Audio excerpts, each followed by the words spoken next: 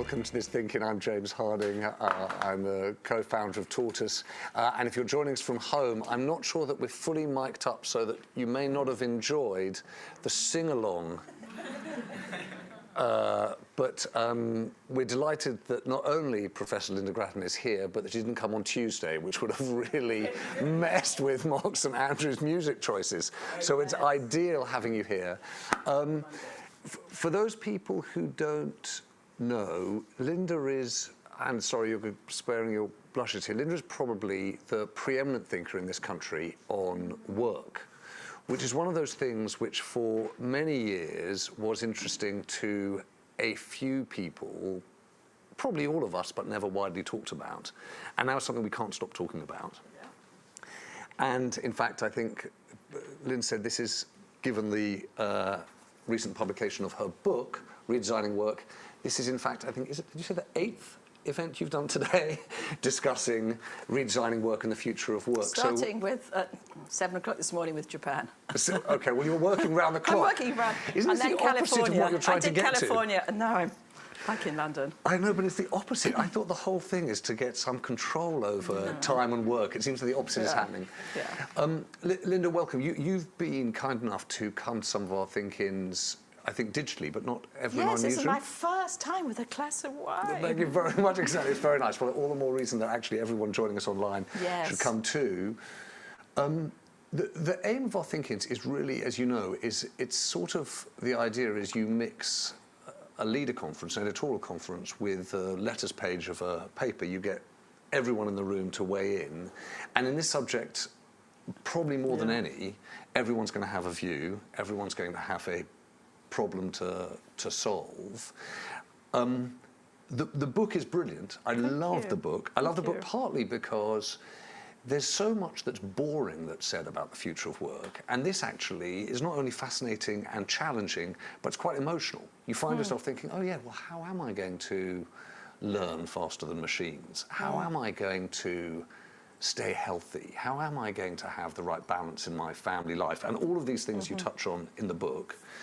I'm going to start, if I might, just by asking you to frame it, because you start very at the beginning of the book with this claim that this is the biggest change in the patterns of work in a century. And I just wanted to start by kicking the tires on that. Is that, why do you make that claim?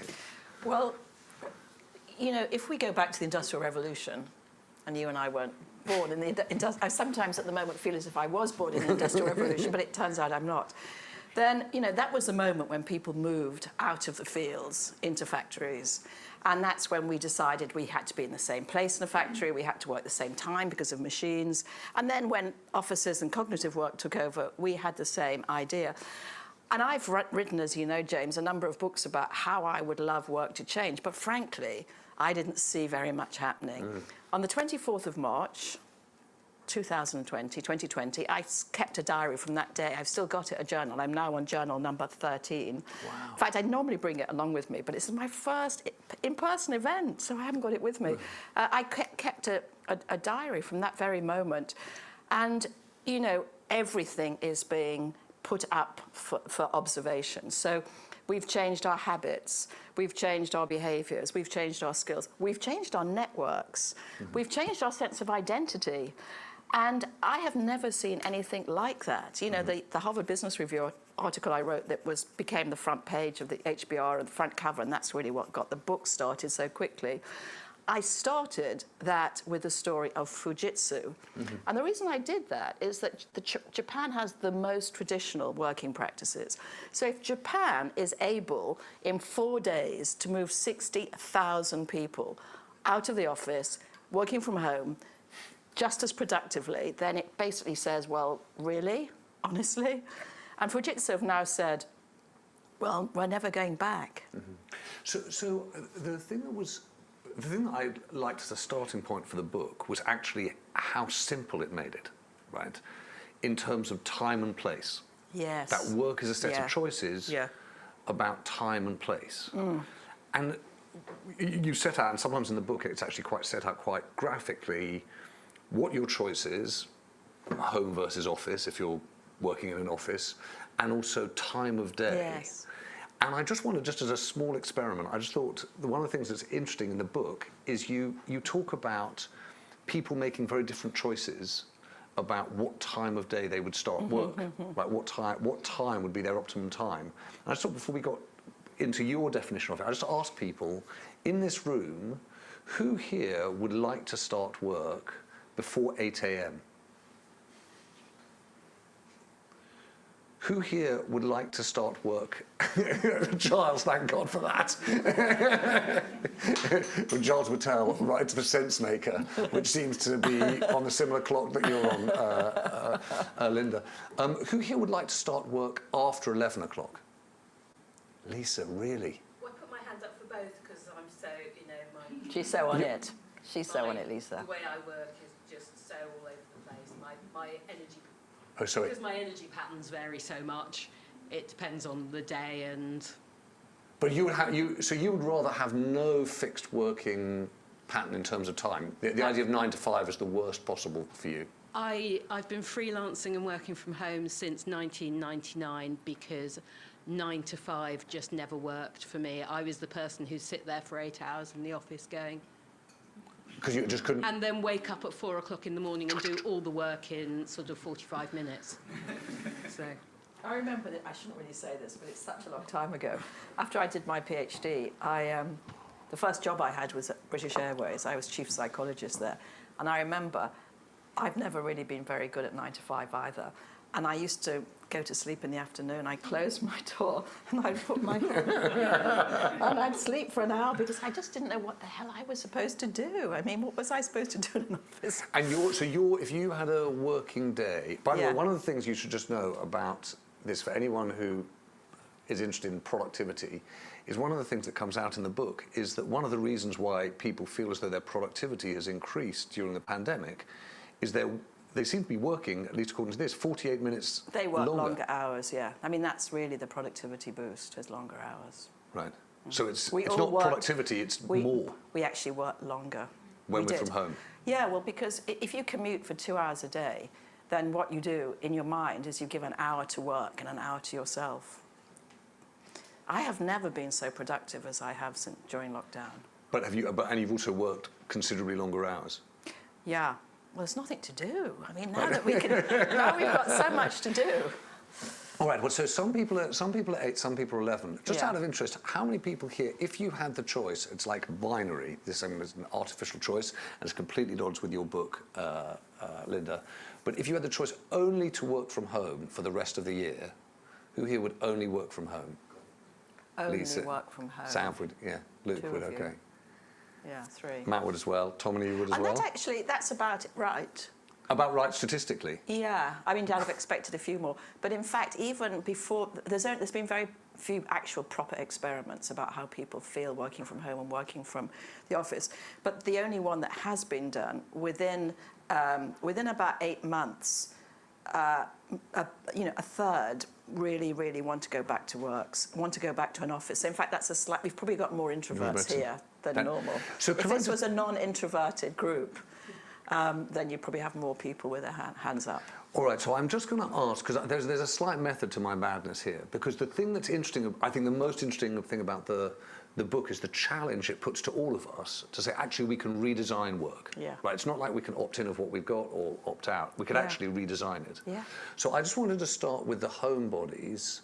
I'm going to ask Luke and Tomini and Zav, what would you, if you were to redesign work, given the fact that you think you work better and prefer it at home, what would be the number one thing you do? And I'm going to ask Tommy and Zav the same question, and I'm going to ask Lynda whether that's right. I'm interested to hear what other people think also, but for me a big part of it was being physically here and further away from the other things that I really rely on doing with the rest of my time, like the basketball court and the gym and that sort of thing. So I found that when that commuting time or travelling time wasn't being sort of baked into my day, I had better access to those things, and I'm so much more well and everything else when I'm able to do that easily. Physically fit and healthy. Well, physically and mentally. And mentally.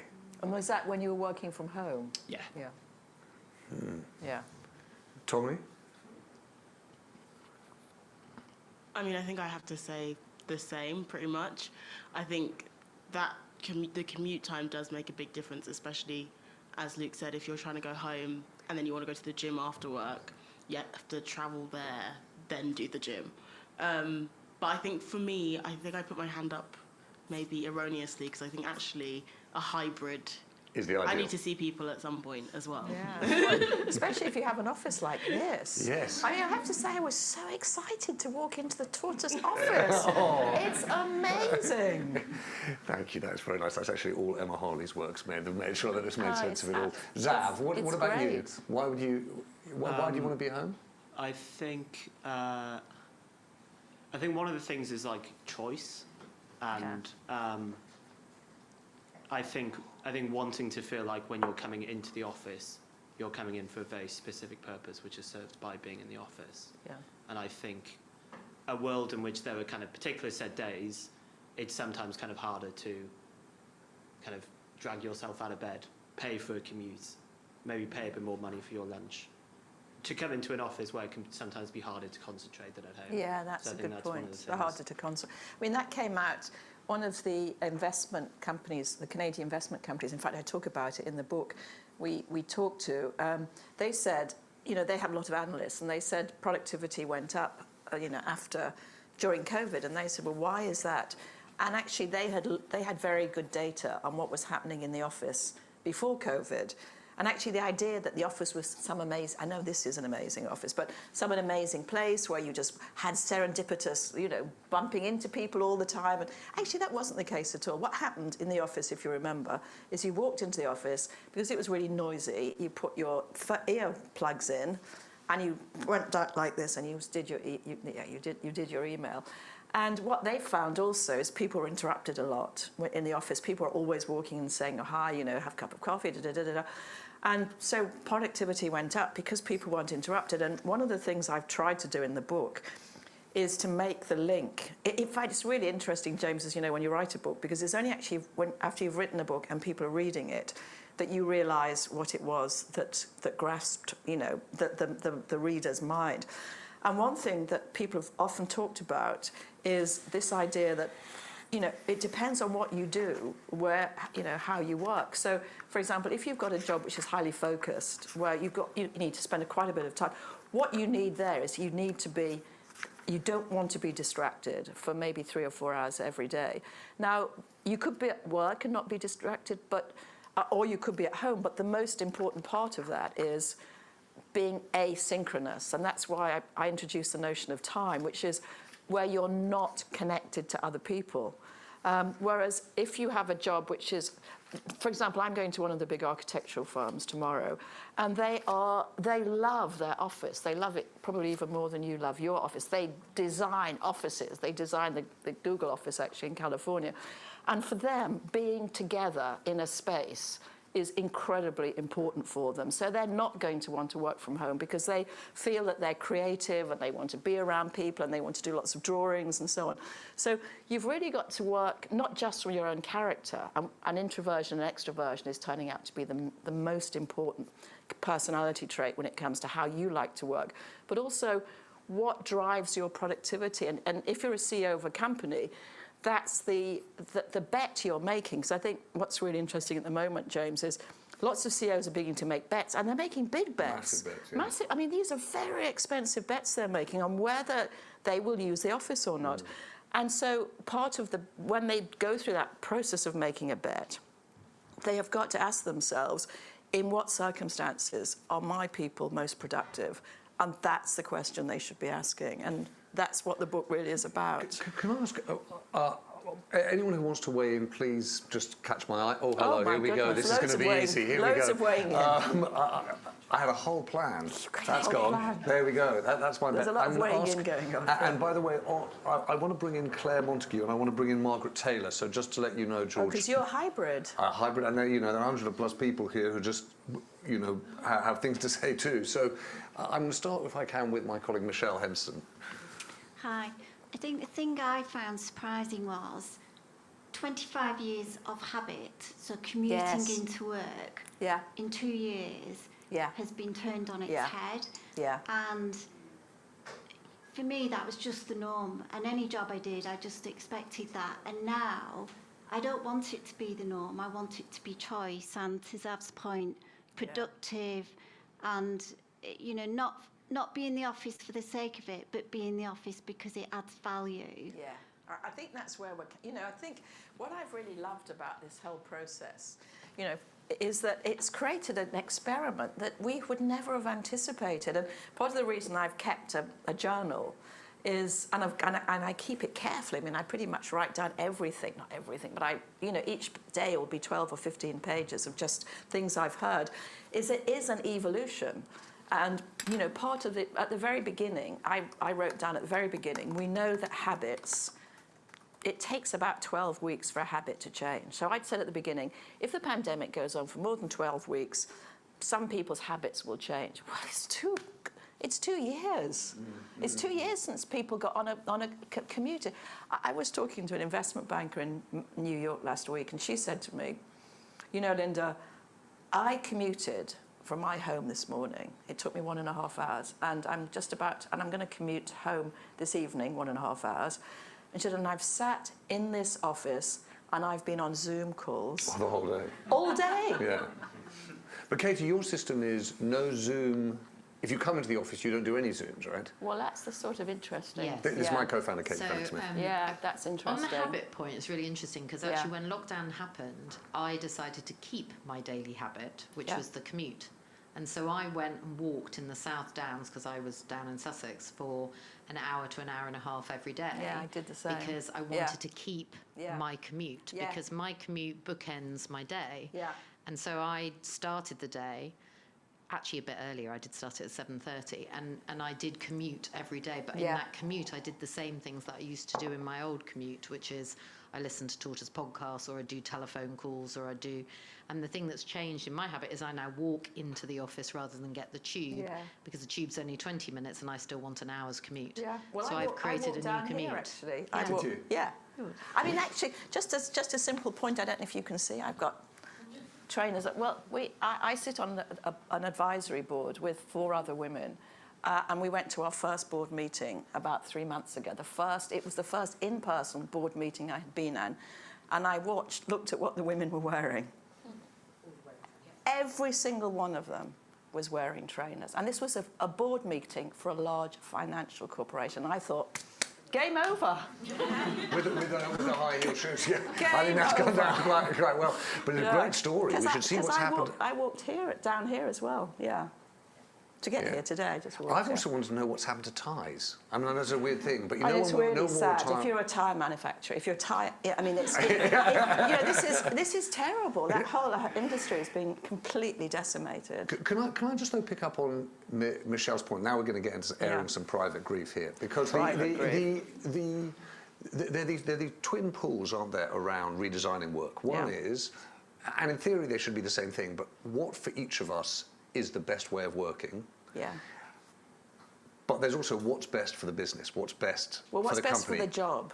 I wouldn't even say the business. I'd actually say it at the level of the job. So I bumped into a friend of mine at Paddington Station. We're cycling in. Yeah. We're having a conversation about, are you going back to work? How many days a week?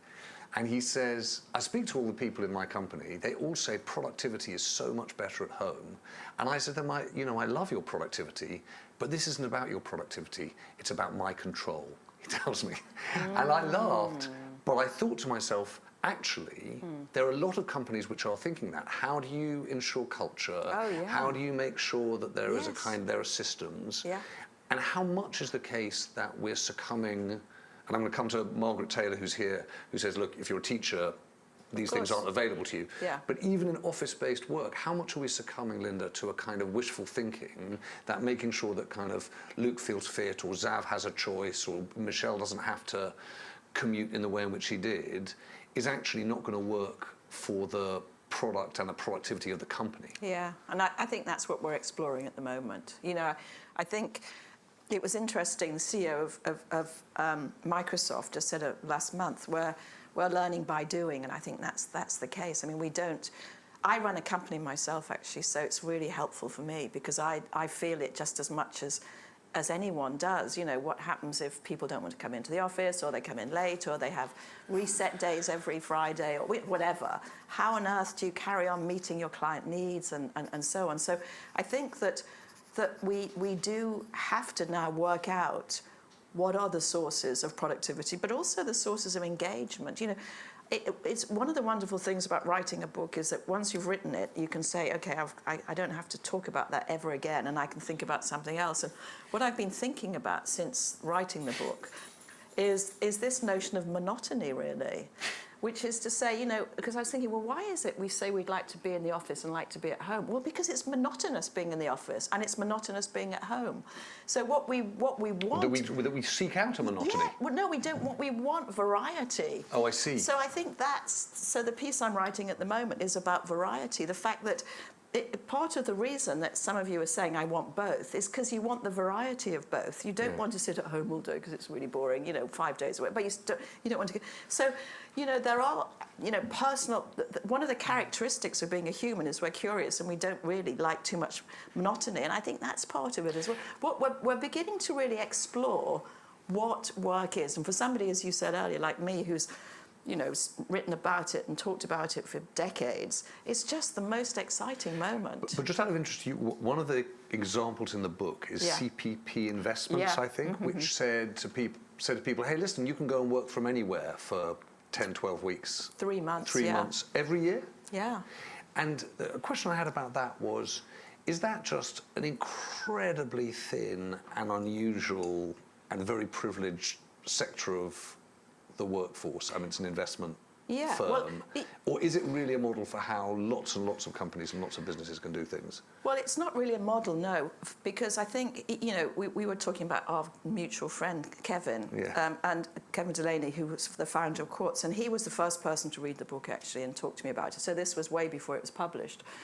And he said to me, Lynda, no, he hadn't read the book, he was just talking to me, and he said, what are the best practices that are emerging? And I said, you know, Kevin, there aren't any best practices. Every company has to find its own signature. And that's really what I wrote the book about, to say, you know, there's a lot, we have to build a lot of variety. And so it happens with that particular Canadian investment bank that there's a few things to realise about that.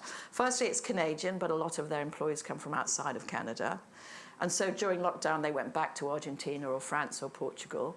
The second is they have long-term investment cycles, so they like to keep people for a long time to work on these investment cycles.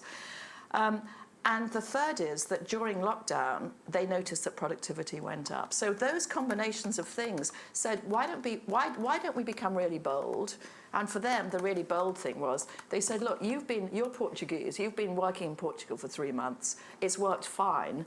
You can now do that, you know, and there's a whole set of issues about tax, which I won't go into, but nevertheless, you know, and what they realised is that was an enormous benefit to the individual, and it wasn't a huge cost to the organisation. In fact, they felt that it was a productivity boost as well. So what you're trying to find, and I'm not suggesting this is easy, James, is you're trying to get that win-win. You're trying to find some sort of means of working that actually allows individuals to express what they want to do individually, but at the same time helps them to be productive with regard to the organisation. And your point earlier, brings them back together again, because I've been talking to a couple of the big you know, professional service firms who employ just enormous numbers of people. I mean, they all seem to employ 500,000 people, and it's even more now.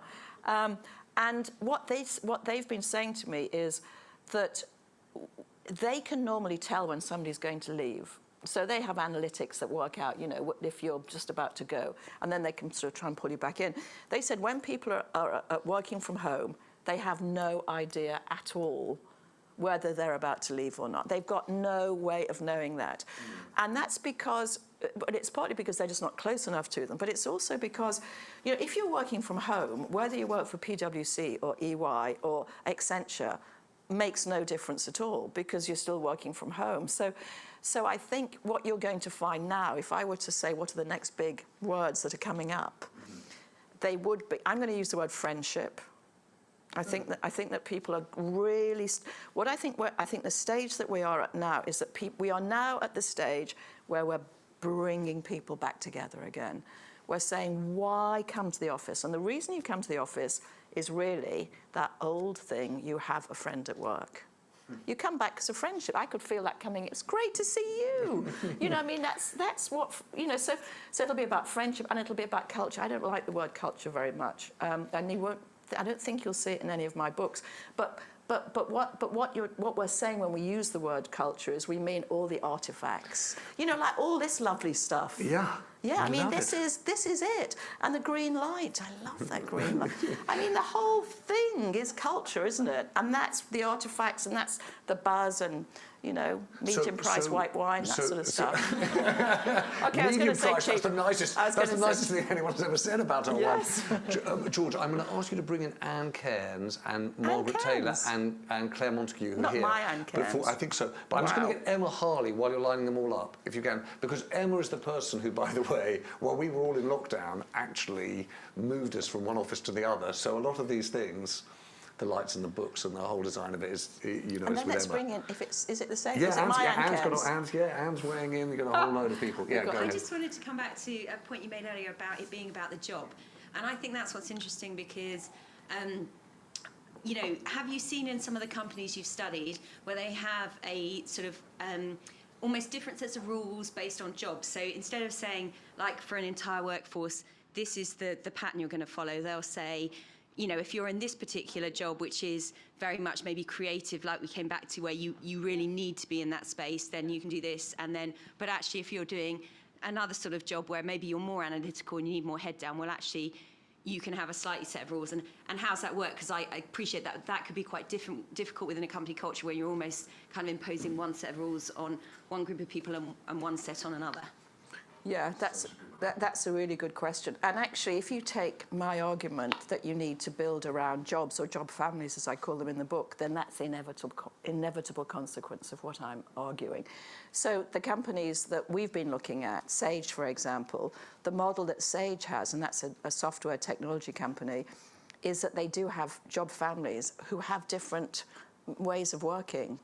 You know, so there are some jobs where you have to come into the office all the time. How do you deal with Emma's point? So Is then, it like, it might feel you have a section in the book about fairness, yes, and well, it might feel unfair, right? So here's the thing about fairness, and actually, one of the reasons I really loved writing this book is that I am a teacher. And I do teach about fairness. And I was able to bring in a little lecture. I don't know if you saw that. There was a few sub-lectures there. There was one on social capital. Yeah. There's one on fairness. And actually, when you think about what is it that how do you create fairness in an organisation? You do it in a couple of ways. You know, one is that it's sort of what we call interactional fairness, which is how was this described to you? One is procedural fairness, you know, what was the process? And then one is outcome. Well, it turns out the most important thing is interactional.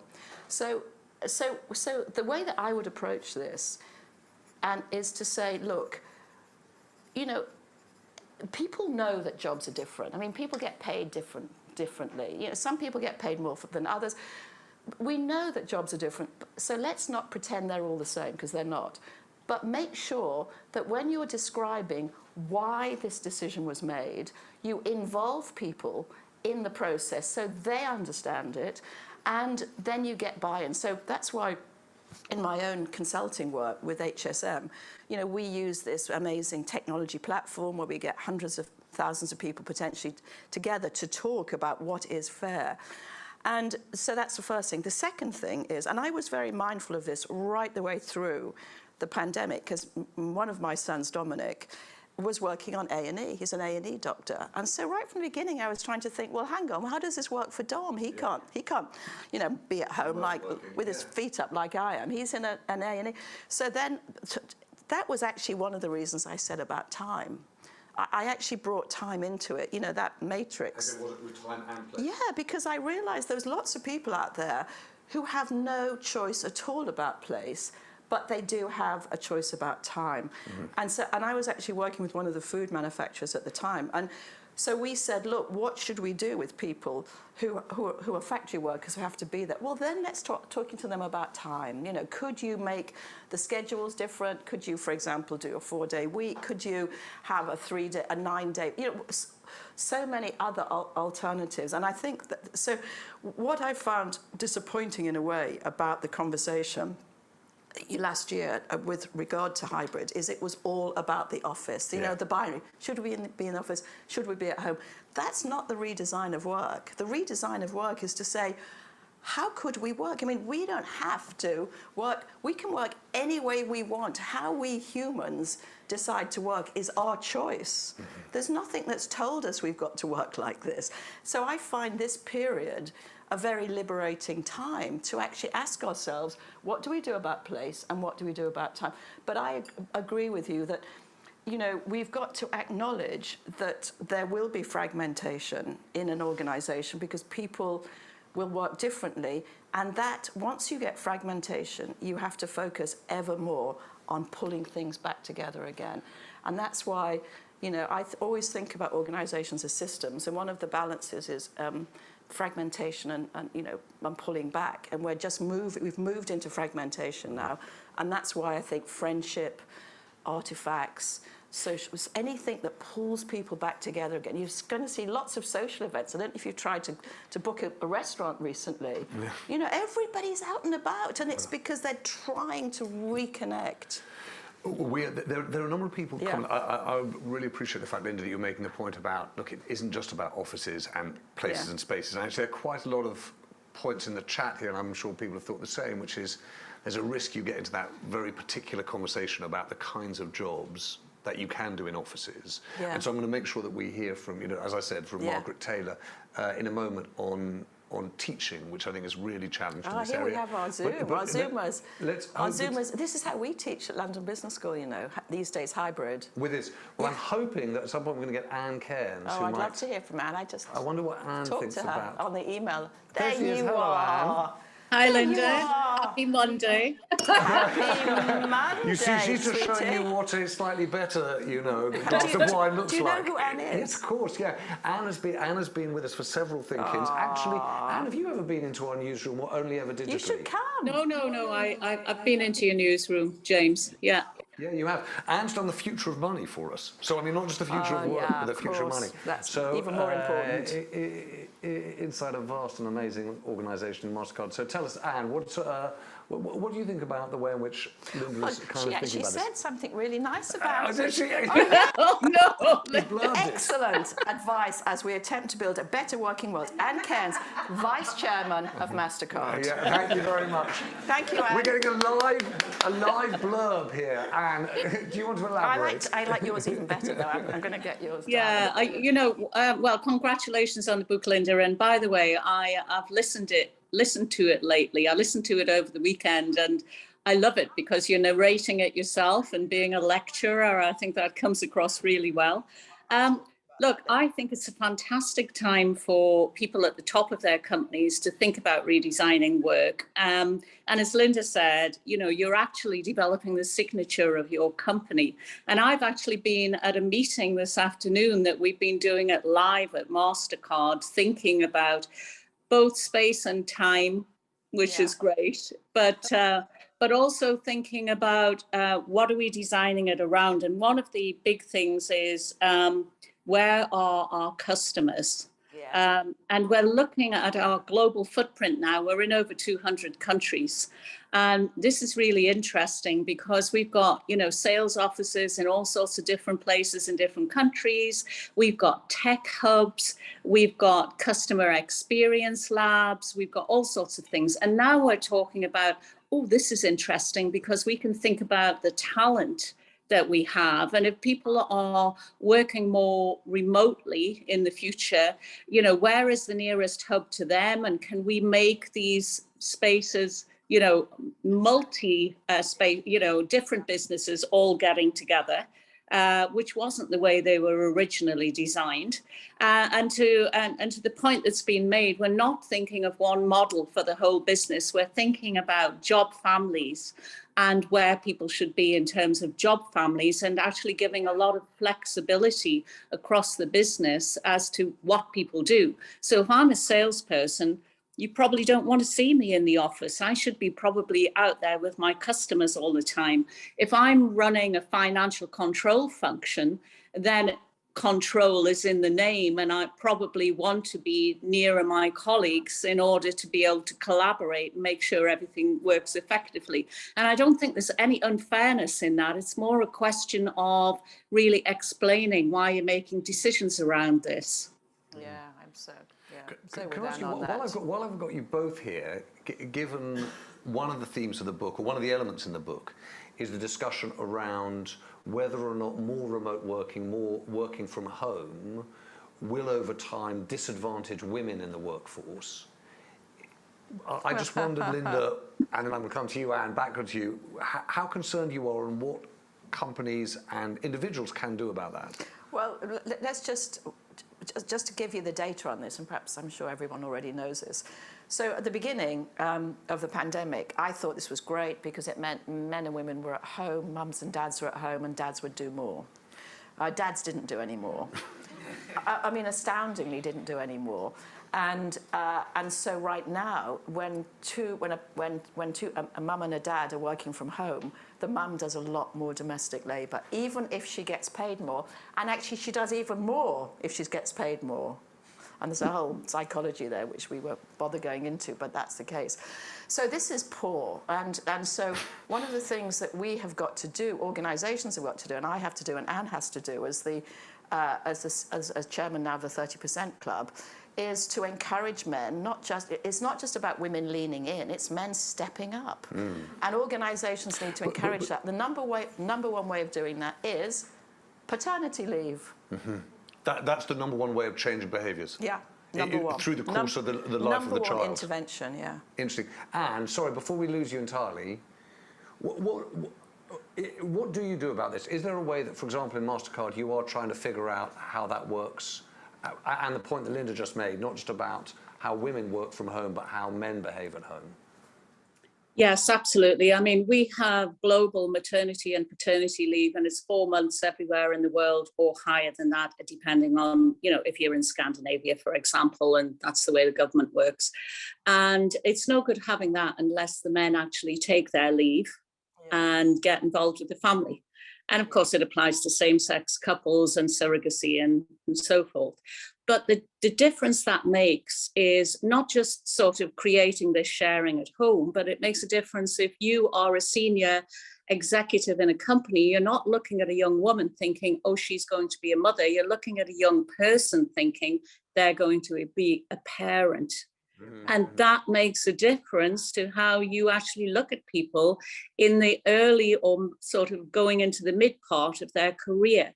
And it's actually at that stage of the first step in the management ladder where men accelerate and women stay static or fall back.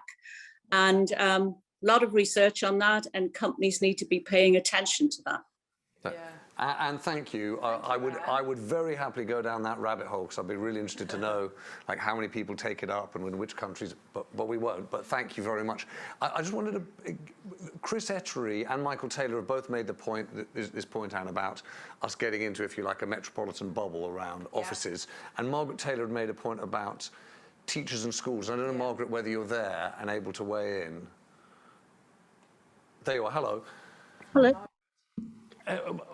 Margaret, was your point that these set of choices are not really available if you're a teacher? Yes, I have to admit that I'm retired. Otherwise, I wouldn't have even probably known about tortoise. I'm lucky enough to be involved with tortoise because I'm home at this hour. If you're a teacher, you get in at 8 in the morning, sometimes earlier, and you leave at 6 or sometimes later. You then get home, and that's when you do fall asleep over your work, which you need to do for the next day. So in terms of time or space, there is no possibility because you need to be in the school. And I know it was mentioned Zoom, and during COVID there was Zoom for schools, but that if you ask children, if you ask teachers, that wasn't the best way of teaching at all. I'm a bit of an interloper here by what everybody's talking about, but I also think that it's very interesting that a lot of what is very fascinating to me. I'm never quite sure what people do at work in the office, and you see, no, seriously, and you seem to have time when you can actually discuss what would be good to do. If you're a teacher, you have to do that after you've done your day's work. And when we used to have inset days, which means that's when teachers were there without children, we loved it because it was just a day of meetings. It was just a day of meetings. We thought, oh, maybe this is how it feels. You just walk into the room where we're discussing something with your cup of coffee, and maybe, I don't know. But please, if there's anything you need to ask, I'm sure I can remember because it's imprinted on my soul. Oh, Lynda, just take Margaret's first point that actually for teachers, both in terms of time and space, it seems very reasonable to me. There's not a set of choices. No, I can see that, and it would take the redesign of education to create any choices. Yeah, I can see that. And Margaret, do you think that, I mean, we have this education summit actually coming up in the summer, where part of the question is whether or not there is a feasible redesign of education. Did you ever think in your teaching days, or now with a little kind of room to think about it, actually that is what's needed? We do need a redesign of the education system, not least so that teachers can have some choice on time and space. I don't think it would work that teachers could have. I mean, I was part-time towards the end of my career, but that's because I wasn't a class teacher, so it did work out. But if you're a class teacher, I don't think that would work very well. And also, you're with the children. I mean, the other thing is the connection with your colleagues. And I know that people have said, productivity goes up. Well, I'm sure the teaching would go up if you didn't have colleagues who would come to ask you to explain something or to help them with something. But that's part of teaching. And so you go in earlier and earlier to do what you need to do so that you can be around to discuss with your colleagues who are going to come and ask you, oh, can you tell me what you did when you were trying to teach some children who couldn't access this particular element of the of what you're trying to teach them. And so it's, yes, I think but it would have to be teachers, and I don't know how that would work, because you couldn't have, forgive me, but I don't know whether people in offices have Ofsteds, but Ofsteds come in, they haven't a clue what they're doing because they haven't actually taught in the class. I know there's supposed to be some of them ex-teachers. I do question whether they're teachers who got out of the class because they couldn't stand it. So yes, I do think that teaching needs to be, there probably needs to be a rethink, but actually the bottom line is you have to be with your children. I think if they're adults, then Zoom's going to work perfectly. But if they're children, no, you need to be there for them to come to you in the break and all sorts of things like that. Margaret, thank you. Sorry, Lynda. No, I mean, I'm very conscious of Margaret's point, actually, and I think one has to be really careful not to assume that, a way of working is going to work for everyone. But let me just turn that around a bit and go back to something I talked about in the 100-Year Life, which is the multi-stage life. In fact, I brought it back in. There it is. It got another little exit, a little moment of glory in redesigning work. And that's the idea that when you live longer and with a lot of technological change, the idea of a 3-stage life, full-time education, full-time work, full-time retirement, has to move into something much more flexible. So one way of thinking about it would be to say, if I do a job like that where I have no flexibility around place or time, then that would be part of my working life, but it won't be all of it. So a bit like, I'm thinking of Lucy Kellaway. I know everyone thinks about Lucy when we think about, but there she was having a very flexible life and then spent, I don't know how long she's going to be a teacher, maybe a decade. So that will be the other way of thinking about it, is to think across your whole life. Because, I think we have to be working into our mid-70s. Then that could be part of what you do, but it's probably not going to be what you want to do all your life. Is it, Nico? I know you've been waiting patiently. So weigh in, and please. I know that I'm going to come to Claire in a moment and a couple of other people, but Lisa wants to weigh in too. Nico, I just wanted to briefly jump back to the productivity issue, because I think we identified two types of productivity, sort of extensive and intensive, and we need to distinguish them, working more hours and producing more in the same hours at different things. But I wonder to what extent, I wonder what the best studies are, because this is an area that Kevin McCulloch's plan has written about, but some time ago, what are the best studies of actually different kinds of workplaces and productivity? And how much are we seeing a hangover from, I know you don't like the word culture, a bit like Goebbels didn't. No. He said no comparison. When I hear the word culture, I reach for my gun. Anyway, sorry, that was a distraction. But there's a hangover that we had workplaces where we all knew each other. We had our protocols and our ways of being, and we sort of used that hangover, if you like. And that maybe will last for a certain amount of time, but it's not going to last indefinitely, particularly as we induct new people into the workforce and people change and so on. So are we seeing maybe a stasis in productivity that will fall as that happens? And just as an aside, where does David Graeber's concept of bullshit jobs fit in this? If you've got a bullshit job, you don't have to be productive, so there's no point measuring it. And just three brief things that I think we should have in the discussion that we won't have time to discuss. One is millennials and future generations and their attitudes to work. And at Tortoise, we've discussed with Matt Britton of Google what happens when millennials come into the workforce with their different priorities, their more social justice objectives and so on. What impact is that going to have? The second is the Great Resignation, which I haven't heard so much about recently, but The Economist's written a lot about and so on. And the greater power of workers to move because, particularly not at least in manual jobs, they can get paid more and so on. And the third thing is the role of technology, which we've barely touched on.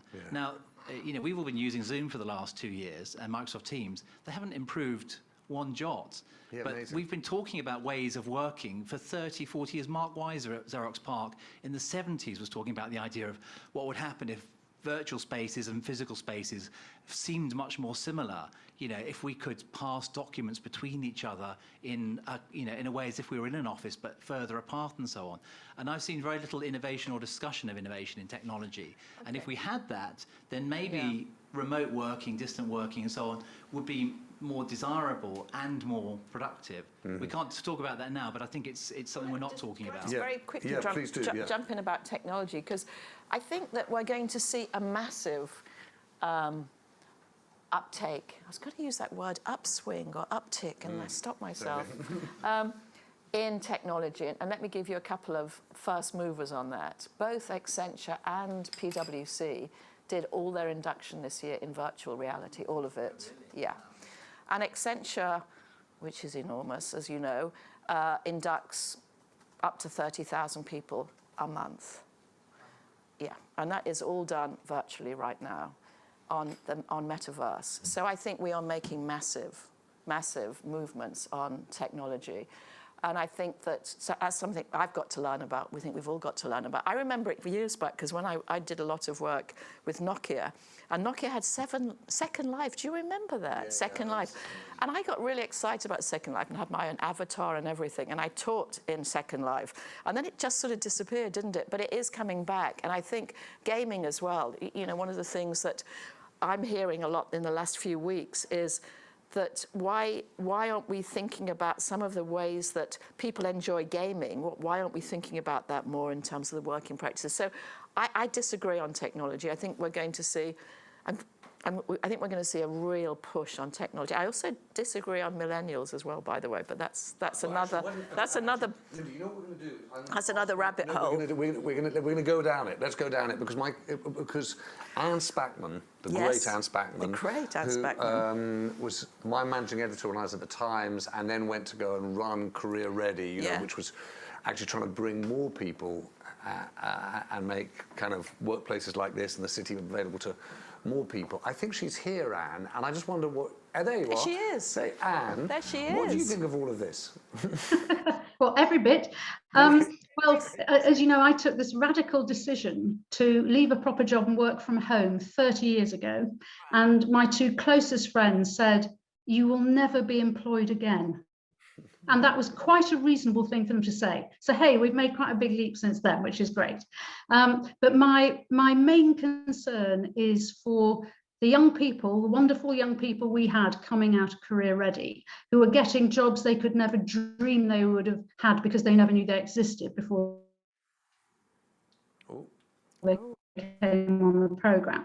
And one in particular, who came to school as Jihadi John, not that it should be known only for that, lived on the 20th floor of a tower block in a family of 5 with 2 bedrooms, and managed to get a job at Citibank, which says a lot about Citibank as well. And I spoke to him when he was working from home because he started work in lockdown. And even though he'd been on an internship there, the business of working from home when you don't know who to ask questions and you don't pick up anything by osmosis when you're sitting at home. When you're new in a job and when you're new to the world of work in that way, that's a very difficult place to be. Plus, you're working in the bedroom you share with your younger brother, and the only other space where there's a tabletop is in this kitchen living room, and there's no outside space. I can't tell you how cheerful he was. He was amazing. He always is. But it did make me think a lot about how it's very easy for those of us a certain age with a certain amount of living space and knowing how work works, because we've been around in work. I think it's an awful lot harder for a lot of people who are starting out in the working world. And the other thing it slightly makes me worry about, and I've seen this in one of the businesses I'm a director of, is you spark ideas a lot from being around people, even if they're not people you're actually directly working with. And you hear something, you think, well, that fits in a pattern with what I saw over there. And 2 days later, you're thinking we could create a product out of that. And I think that is quite difficult to engineer at the moment digitally. Not that it won't be possible in a metaverse where Accenture can bring on 30,000 people or whatever. But so those were my kind of little internal worries.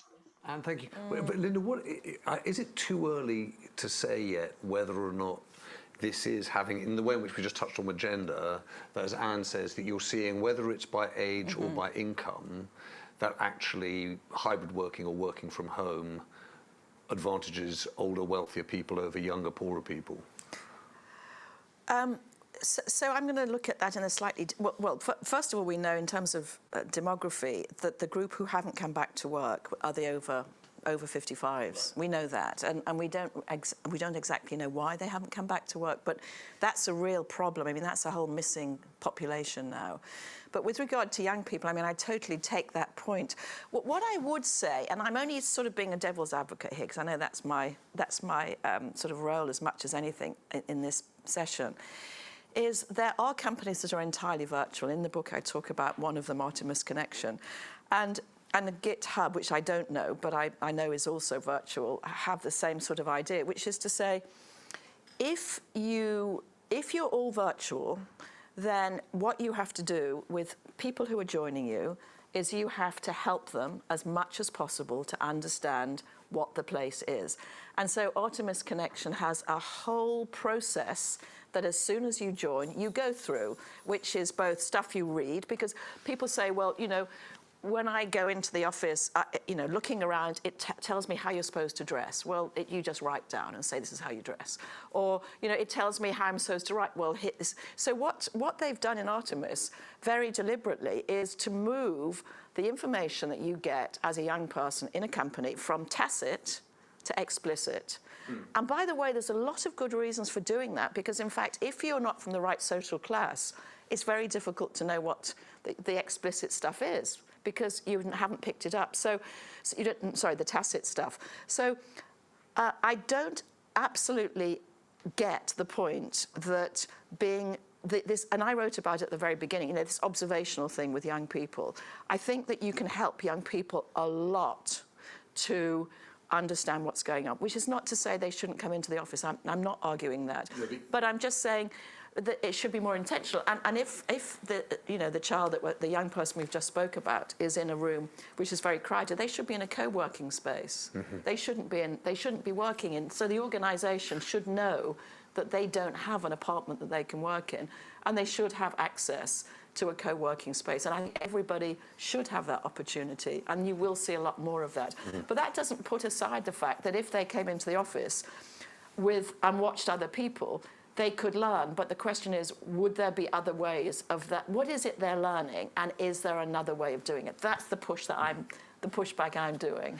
So Lynda, I want to pick up on that, on like what people choose for themselves. Just there are two people more that I'd love to hear from online just before we wrap up. One is Claire Montague, who made a point way back about time. And I don't know, Claire, whether you're still with us. Hey, Claire.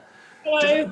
You because we talked quite a lot about place, but you talked about time right at the beginning. Yeah. I really love working 9 to 5. In a workplace, Monday to Friday. It makes me incredibly happy. It gives me routine. It means I know exactly what I'm doing. It means that after work, I know I can arrange to meet friends. I move around more. I do work from home 1 day a week because, you know, deliveries and stuff.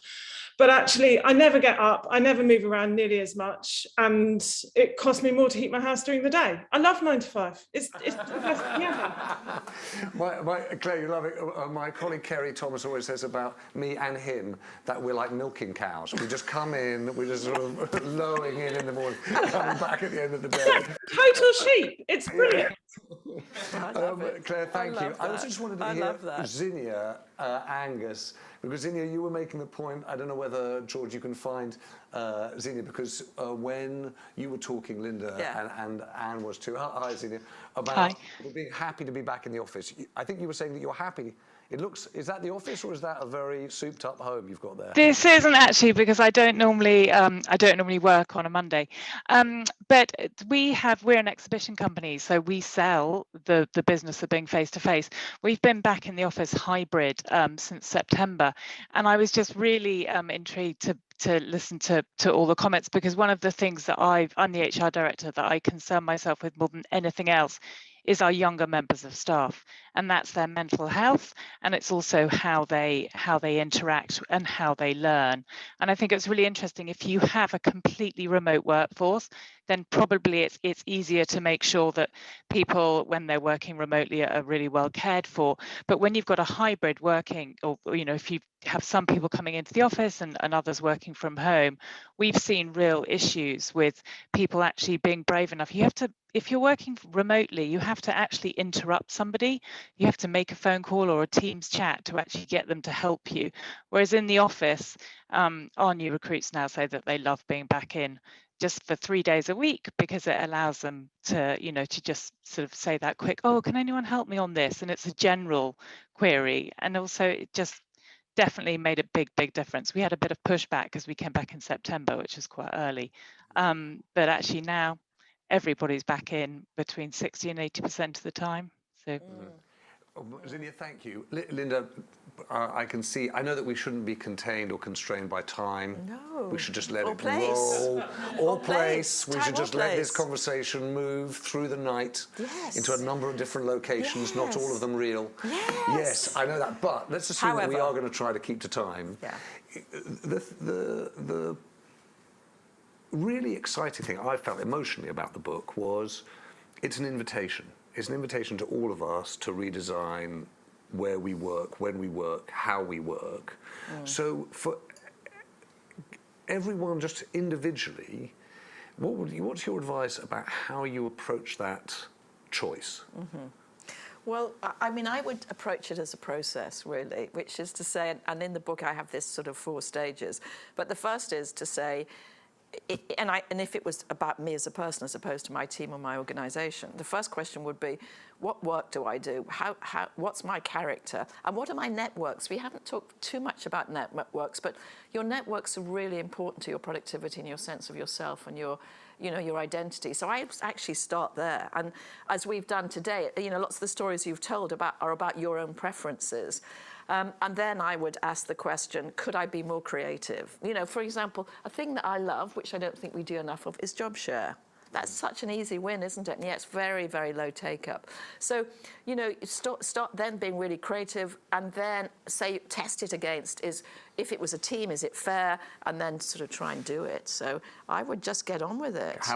Because, you know, we haven't talked about the freeze and the unfreeze and the refreeze, but we are in the process of... Explain to people. Well, it's an old Kurt Lewin. For those of you who are ancient and were trained in change management, Kurt Lewin was one of the main people in the field. And what he said is that organisations are mostly frozen at any point in time. That's not a bad thing. It just means, you know, everything sort of stays in place.